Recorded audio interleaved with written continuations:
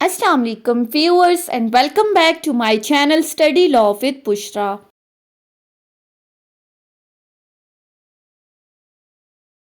So in today's video we are going to start from section 24 of Land Revenue Act 1967.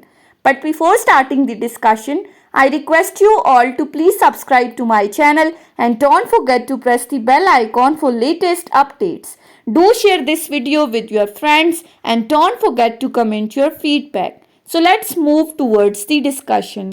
Section 24 of Land Revenue deals with the topic of mode of service of summon कि summon भेजने का क्या तरीकाकार अपनाया जाएगा इस act के अंदर।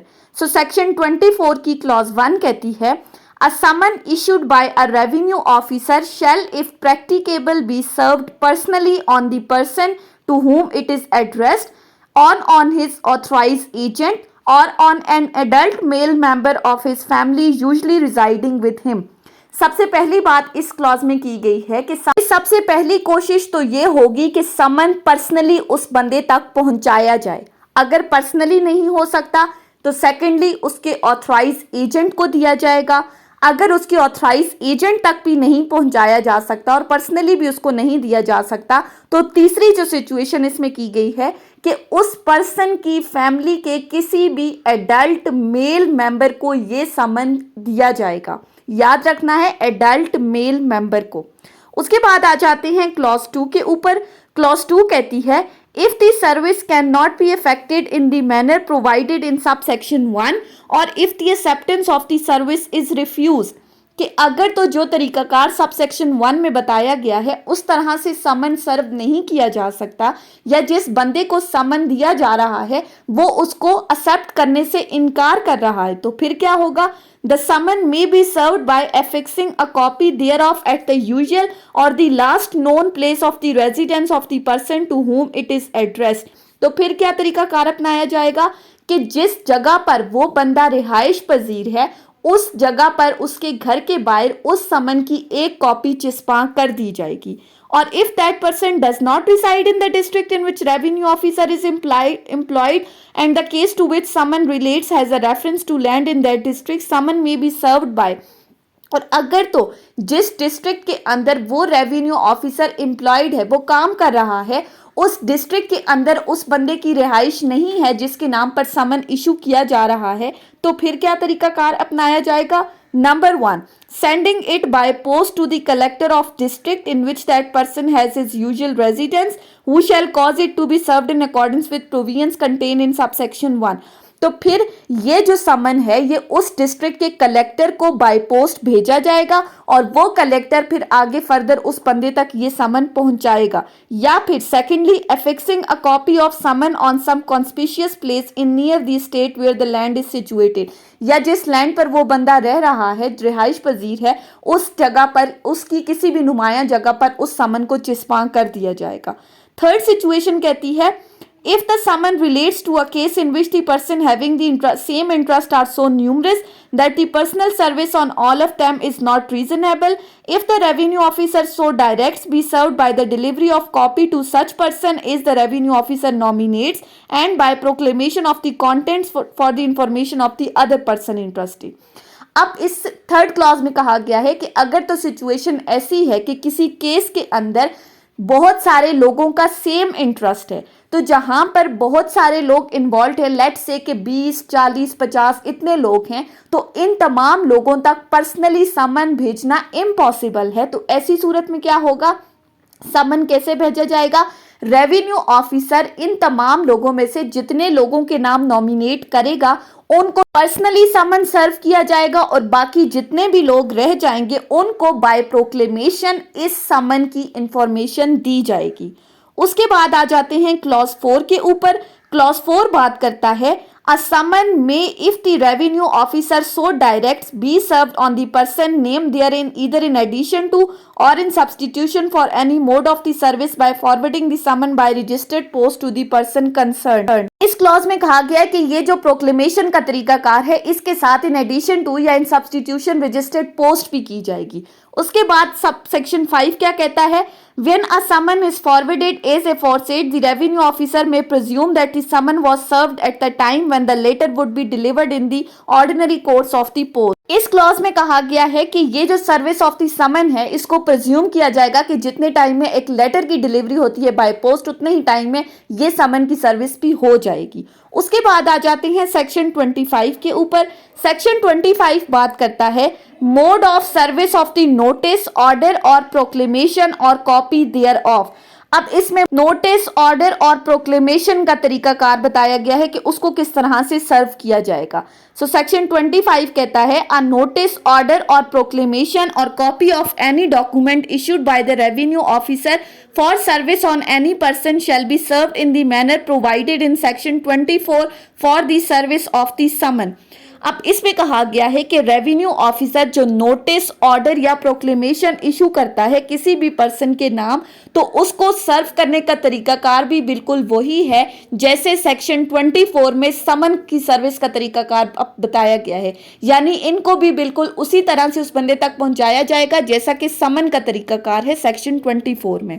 उसके बाद आ जाती हैं सेक्शन 26 के ऊपर। सेक्शन 26 बात करता है मोड ऑफ मेकिंग प्रोक्लेमेशन, कि प्रोक्लेमेशन करने का क्या तरीकाकार है। सो सेक्शन 26 को अगर हम देखें तो सेक्शन 26 कहता है when a proclamation is issued by a revenue officer it shall in addition to any other mode of publication which may be prescribed by or under this act be made by a beat of drum, other customary method and by fixing a copy thereof on a conspicuous place in or near the land to which it relates।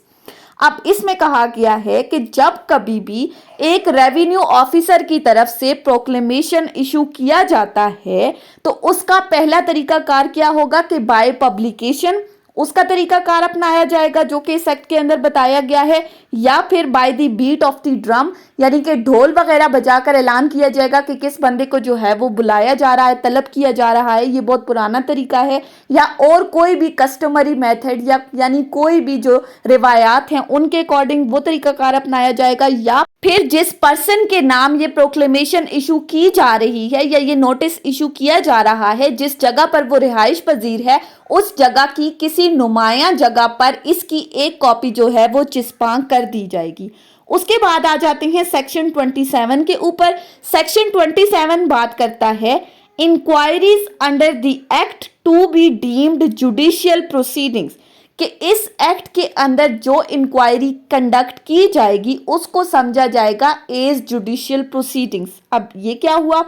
Section 27 की clause 1 कहती है every inquiry under this act shall be deemed to be a judicial proceeding within the meaning of section 193, 219 and 228 of Pakistan Penal Code 1860, and the revenue officer holding an inquiry shall be deemed to be a court for the purposes of the such inquiry। कि इसकी clause 1 कहती है कि इस act के अंदर जो भी इंक्वायरी कंसिडर जो कंडक्ट की जाएगी उस इंक्वायरी को समझा जाएगा जुडिशियल प्रोसीडिंग, कि वो बिल्कुल एक जैसे कोर्ट प्रोसीडिंग होती है बिल्कुल उसी तरह कंसिडर होगी। और साथ ही साथ जो रेवेन्यू ऑफिसर ये इंक्वायरी होल्ड कर रहा है उस पर्सन को, उस रेवेन्यू ऑफिसर को एज कोर्ट कंसिडर किया जाएगा, यानी कि जो अदालत की जितनी भी पावर्स हैं उस रेवेन्यू ऑफिसर को भी ये समझा जाएगा कि उसके पास अदालत की तमाम पावर्स हैं। उसके बाद आ जाते हैं सेक्शन 28 के ऊपर।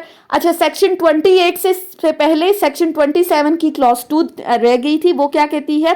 Every hearing and decision in such inquiry shall be in public and the parties or their authorise agent shall have due notice to attend.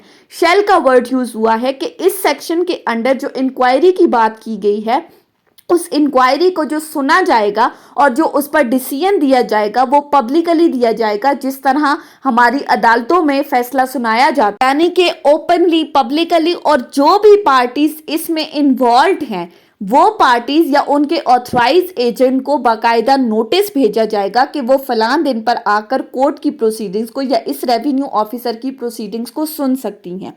उसके बाद आ जाते हैं सेक्शन 28 के ऊपर। सेक्शन 28 बात करता है language of the revenue officer.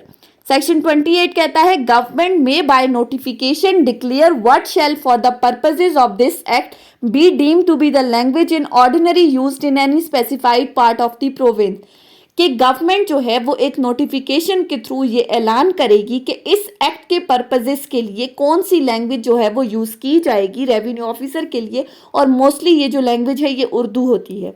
उसके बाद आ जाते हैं सेक्शन 29 के ऊपर। सेक्शन 29 बात करता है arrest of defaulter to be made upon the warrant. अब सेक्शन 29 कहता है whenever it is provided by this act that the defaulter may be arrested, such arrest shall be made upon the warrant issued by the revenue officer competent to direct such person's arrest। अब इस section में कहा गया है कि जब भी इस एक्ट के अंदर ये कहा जाएगा कि किसी डिफॉल्टर को अरेस्ट होना ज़रूरी है। डिफॉल्टर कौन है? जब हमने सेक्शन 4 डेफिनेशन क्लॉज को डिस्कस किया था तो हमने कहा था defaulter is a person who has not paid the arrears of the land revenue. जिसने लैंड रेवेन्यू पे नहीं किया उसको डिफॉल्टर कहा जाएगा।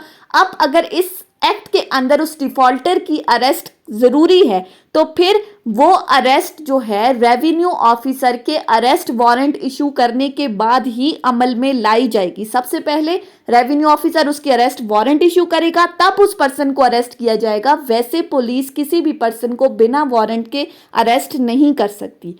उसके बाद आ जाते हैं सेक्शन 30 के ऊपर। सेक्शन 30 बात करता है power of the revenue officer to enter upon any land or premises for the purpose of the measurement.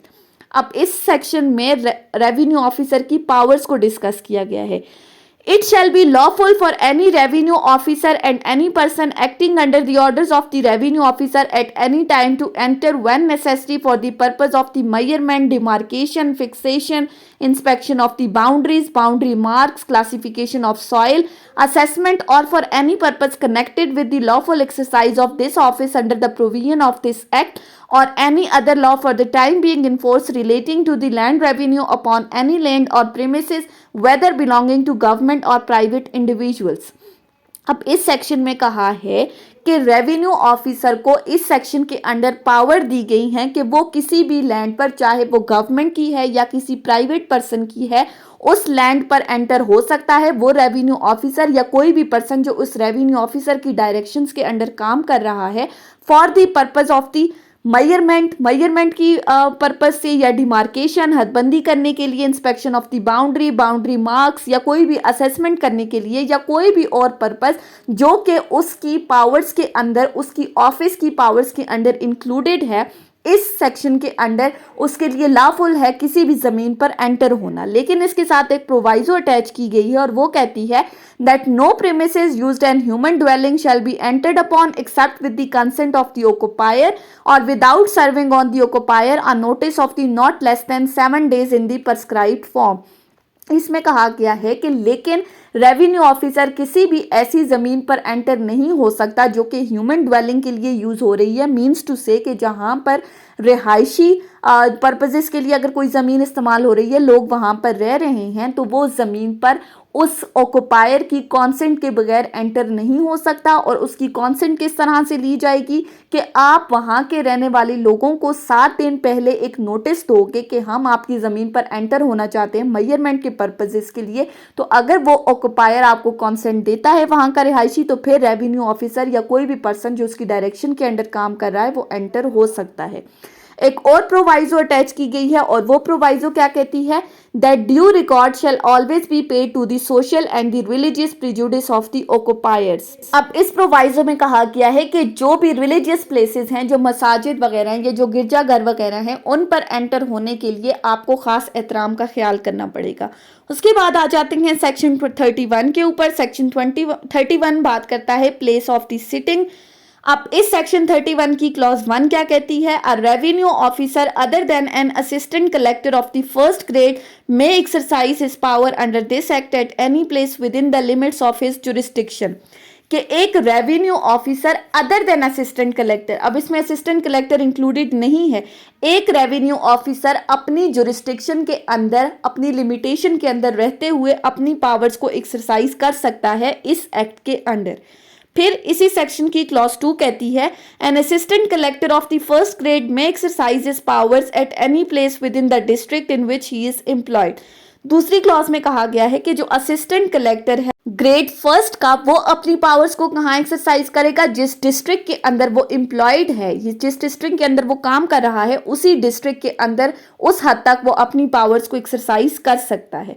उसके बाद आ जाते हैं सेक्शन 32 के ऊपर। सेक्शन 32 बात करता है प्रोसीडिंग्स हेल्ड ऑन हॉलीडेज, कि अगर छुट्टी वाले दिन कोई प्रोसीडिंग्स हो रही है तो उसको कैसे कंसिडर किया जाएगा।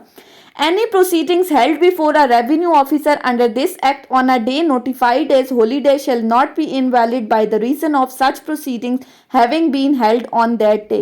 अब इस सेक्शन में कहा गया है कि अगर तो रेवेन्यू ऑफिसर इस एक्ट के अंदर कोई प्रोसीडिंग्स कंडक्ट की जा रही हैं किसी ऐसे दिन पर जिसको नोटिफाई कर दिया है कि वो छुट्टी का दिन है, फॉर एग्जांपल संडे है या ईद वगैरह है या कोई और छुट्टी वगैरह आ गई है, तो उस प्रोसीडिंग्स को, उस डिसीजन को सिर्फ इस बिना पर इनवैलिड कंसिडर नहीं किया जाएगा। शेल का वर्ड यूज हुआ है कि वो प्रोसीडिंग्स छुट्टी वाले दिन जो है वो कंडक्ट की गई थी, यानी कि वो इनवैलिड कंसिडर नहीं होंगी। उसके बाद आ जाते हैं सेक्शन 33 के ऊपर। सेक्शन 33 बात करता है सील्स की। Government may from time to time by notification prescribe what revenue officer shall use a seal and what size and description of the seal shall be used by each of such officer। कि government जो है वो एक notification के through ये prescribe करेगी कि revenue officer की सील किस तरह से होगी, उसका साइज क्या होगा, उसके अंदर क्या डिस्क्रिप्शन वगैरह ऐड की जाएगी। जितने भी रेवेन्यू ऑफिसर्स हैं उनकी सील्स को गवर्नमेंट डिसाइड करेगी। उसके बाद आ जाते हैं सेक्शन 34 के ऊपर। सेक्शन 34 बात करता है कॉस्ट की। अब ये कौन सी कॉस्ट है? अ revenue officer may give and a portion of the cost of any proceeding under this act in any manner if he thinks fit. अब इस सेक्शन में कहा गया है कि जो भी कॉस्ट रेवेन्यू ऑफिसर को मिलती है वो उसको तकसीम वगैरह भी कर सकता है। सेक्शन 35 पर आ जाते हैं। लास्ट सेक्शन है इस चैप्टर का, जो कि बात करता है पेनल्टी के बारे में। अब ये कौन सी पेनल्टी है? सेक्शन कहता है if a person required by summon notice order और proclamation proceeding from a revenue officer to attend at a certain time and place within the limits of the state in which he ordinarily resides or in which he holds or cultivates the lands fails to comply with the requisition, he shall be liable at the discretion of revenue officer to a fine which may extend to the 50 rupees। अब इस section में कहा गया है कि अगर किसी person को समन के जरिए तलब किया गया है किसी भी रेवेन्यू ऑफिसर की तरफ से, या उसे कोई नोटिस भेजा गया है, या किसी ऑर्डर या प्रोक्लेमेशन के अंडर किसी प्रोसीडिंग्स में उस बंदे को तलब किया गया है कि वो फलान दिन पर फलान जगह पर रेवेन्यू ऑफिसर के सामने पेश हो जाए, और अगर वो बंदा इस समन को रिसीव करने के बावजूद भी उस रेवेन्यू ऑफिसर के सामने अपीयर नहीं होता, तो इस सेक्शन के अंडर रेवेन्यू ऑफिसर अपनी डिस्क्रिशनरी पावर को यूज करते हुए उस पर पेनल्टी डाल सकता है, और वो पेनल्टी फाइन की सूरत में है कि वो 500 रुपीज पे करेगा रेवेन्यू ऑफिसर को उसके सामने पेश ना होने की सूरत में। सो ये थी हमारी आज की डिस्कशन सेक्शन 24 से सेक्शन 35 के ऊपर। सो इसी के साथ हमारा चैप्टर 4 कंप्लीट हो चुका है। बहुत ही ज़्यादा सिंपल और इजी सेक्शंस थे, बहुत ही सिंपल वर्ड्स में मैंने आपके सामने एक्सप्लेन किया। सो आई होप कि आपको ये लेक्चर समझ में आया होगा अगर आपने इस वीडियो को अटेंटिवली सुना है तो। सो अगर आपको ये वीडियो अच्छी लगी है तो इस वीडियो को लाइक करें, कॉमेंट करें और चैनल को जरूर सब्सक्राइब करें। Thank you so much for watching this video. Till then अल्लाह हाफिज।